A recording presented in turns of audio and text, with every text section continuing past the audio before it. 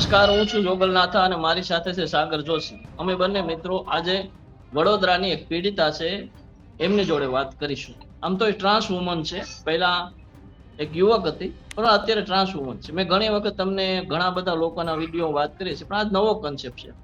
હવે મારે તમને એ પૂછવું છે કે તમે આ જે અત્યારે તમારી જોડે થયું છે એ કેટલા સમય પહેલા ઘટના ઘટી છે, અને તમારી જોડે જે ભાઈ તમારો મિત્ર રહેતો હતો એ ક્યારે જતો રહ્યો છે તમને છોડી?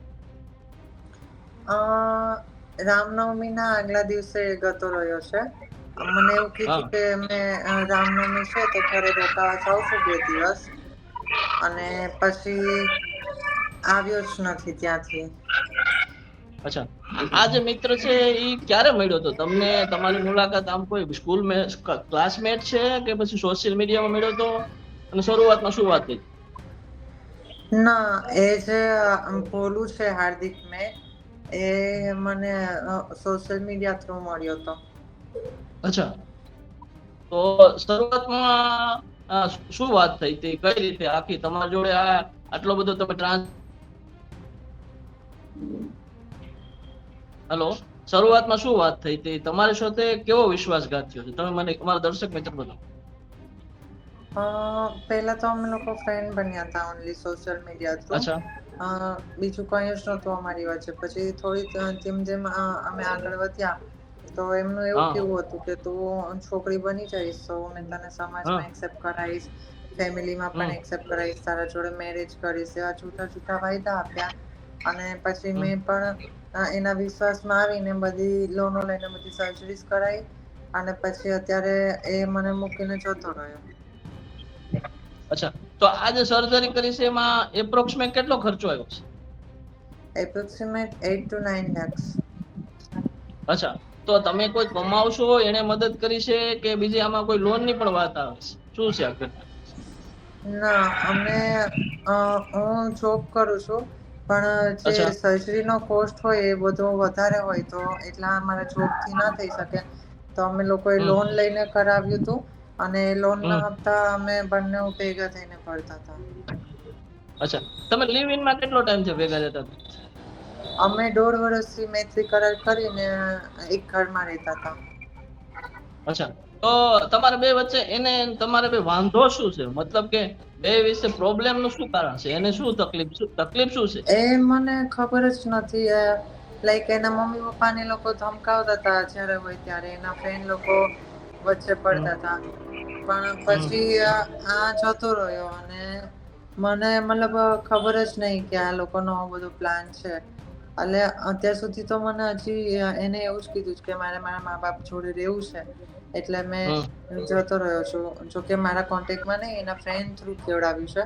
પણ હમ. બીજી એવી પણ વાતો છે કે એને કોઈ બીજી છોકરી જોડે ત્યાં કઈ સેટિંગ છે, યા તો એને બીજા મેરેજ કરવા છે, એટલે પણ એ ગયો છે.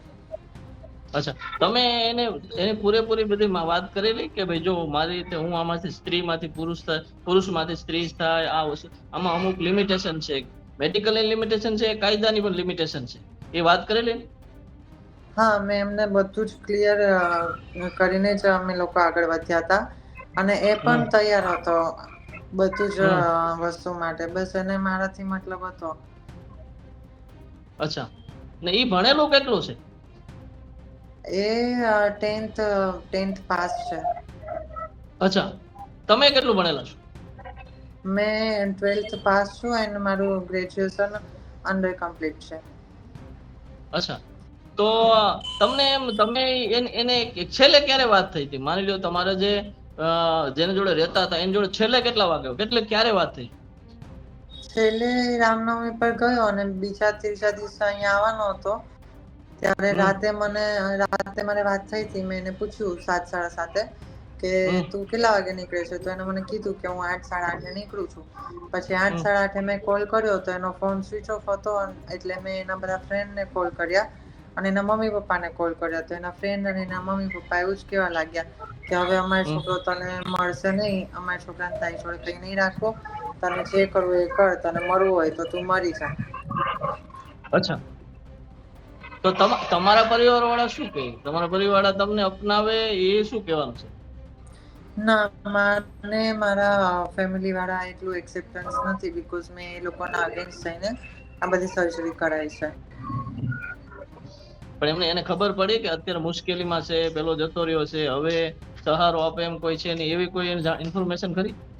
હા, એમને ખબર છે. અચ્છા. તો પોલીસનું શું કહેવાનું છે? આમ તો સિટિંગનો ગુનો બને આમાં તો પોલીસે શું કર્યું? પોલીસે એફઆઈઆર દાખલ કરી છે, પણ જે અમુક વસ્તુ હોય કે જે મારી મરજી વિરુદ્ધ પણ એને ઘણીવાર મારી સાથે શારીરિક સંબંધ બાંધ્યા છે, જે મેં બધું સહન હમ. કરતી હતી. તો મેં એ વાતનો ઉલ્લેખ પણ કર્યો છે એફઆઈઆરમાં, પણ એની જે કલમો હોય એ કલમો એમને નથી લગાવી, અને બીજી નાની નાની કલમો લગાવી છે, જેથી કરીને પેલા લોકો આવ્યા ત્યારે એમને હમ. પોલીસ સ્ટેશનથી જ જામીન મળી ગયા. એ લોકોની અટકાયત પણ કરવામાં ન આવી, અને ના તો એ લોકોને જેલમાં નાખવામાં આવ્યા. તું કોણ છેતરપિંડીની કલમ 420 લગાડી? ના, એમને છેતરપિંડીની ને એ તો મને નહીં ખબર, પણ એમને વિશ્વાસઘાતની કલમ. વિશ્વાસઘાત લગાડી છે? હા. બરાબર. પણ બિનજામીન પાત્ર એવી કોઈ ગંભીર કલમ નથી લગાડી? ગંભીર કલમ નથી લગાવી, અને એ લોકોને ખાલી થોડી વાર પૂછવા બોલાવ્યા, પછી પૂછીને એ લોકો તો જતા રહ્યા. પણ મેં જ્યારની એફઆઈઆર દાખલ થઈ છે ત્યારની મને રોજ બોલાવે છે, 2-2 3-3 કલાક. મેં મારી નોકરી પર હોય તો પણ મને બોલાવે છે. મારા ફ્રેન્ડ લોકો જે સાક્ષીમાં છે ને એમને પણ ત્યાં બોલાવીને ધમકાવે, એવું કે તું પણ આરોપી છે, તને બેસાડી દઉં. કોઈ મારા ફ્રેન્ડ લોકો જે સાક્ષીમાં હોય એમને ધમકાવે તો પછી એ લોકો પણ હાથ ઊંચા કરી દે ને, તો પોલીસને આવું ના કરવું જોઈએ. અને મેં ત્યાં જાઉં તો મને એવું કહે છે કે ભોલું તો બહુ જ ભોળો છે, ભોલું તો બહુ જ સારો છે. હવે એમને અચ્છા. આરોપી સારો લાગો છે, અને હું ફરિયાદી છું, તો મને અને મારા ફ્રેન્ડ સાથે એ લોકો ગેરવર્તન કરે છે. કયું પોલીસ સ્ટેશન? વડોદરાના કયા પોલીસ સ્ટેશનમાં કેસ તપાસ કરી રહી છે? કોણ કરે છે? મારો વડોદરા રાવપુરા પોલીસ સ્ટેશનમાં મારો કેસ દાખલ થયો છે. પેલા તો હમ. એ લોકો અરજી લઈ લીધી હતી. અરજીના વિરુદ્ધ કઈ કાર્યવાહી નતા કરતા. પછી મેં કમિશનર ઓફિસ ગઈ ત્યારે તાત્કાલિક એ લોકોએ એફઆઈઆર દાખલ કરી. હવે એફઆઈઆર દાખલ કરીને પણ તપાસ કરું છું એવું કરે છે.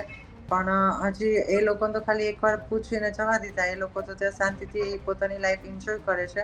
અત્યારે મારી લાઈફ અત્યારે સ્ટોપ થઈ ગઈ હોય એવું મને લાગે છે. મેં ક્યાંયની નથી રહી. અચ્છા.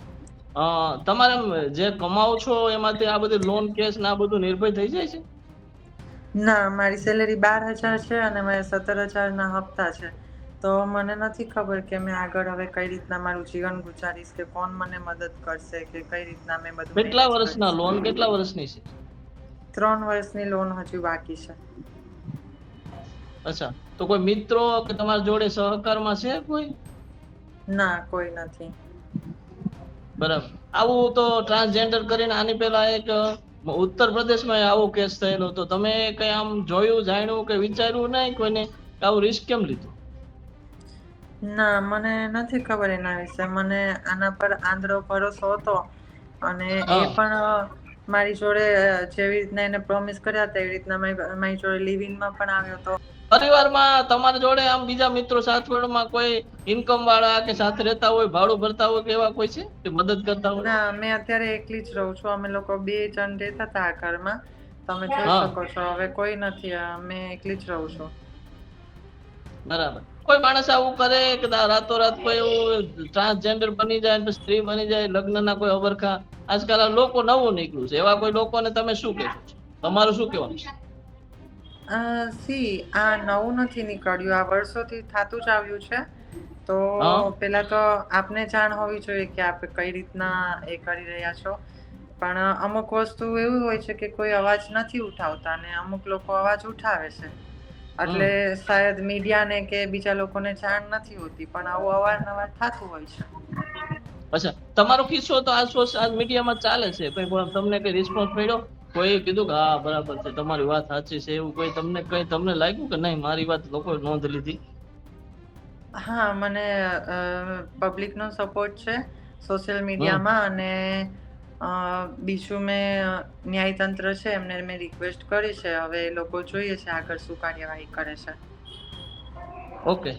તો હું માનું છું કે તમારી જે તમે જે ફરિયાદ નોંધે કાનૂન પણ કાર્ય કરે અને જે પોલીસ છે એ પોતાની રીતે નિષ્પક્ષ રહીને આમની તપાસ કરે. આમનો ગુનો માત્ર એટલો છે કે એમણે વિશ્વાસ કર્યો. બસ આ વિશ્વાસને હા લીધે આખી ઘટના થઈ છે. અને બીજું બી અમે સાચી વાત સેમ જે માણસ ભોગ ભાઈ જેને જોડે મેં લિવિનમાં રહેતા હતા એને બી અમે પૂછવાનો પ્રયાસ કરશું ભાઈ આખી ઘટના શું છે. બસ હા આટલું જ. ફરી કોઈ અમે નવી વાત સાથે મળશું. આ હતા વડોદરાની પીડિતા. પીડિતાએ પોતાના એક મિત્ર સાથે પ્રેમી સાથે લિવિનમાં રહેતા હતા. પુરુષમાંથી સ્ત્રી બન્યા અને આજે એને બહુ ખરેખર વિકટ પરિસ્થિતિ છે. આ એમનો દાખલો છે. બસ આટલું જ. જય જય ગરવી ગુજરાત.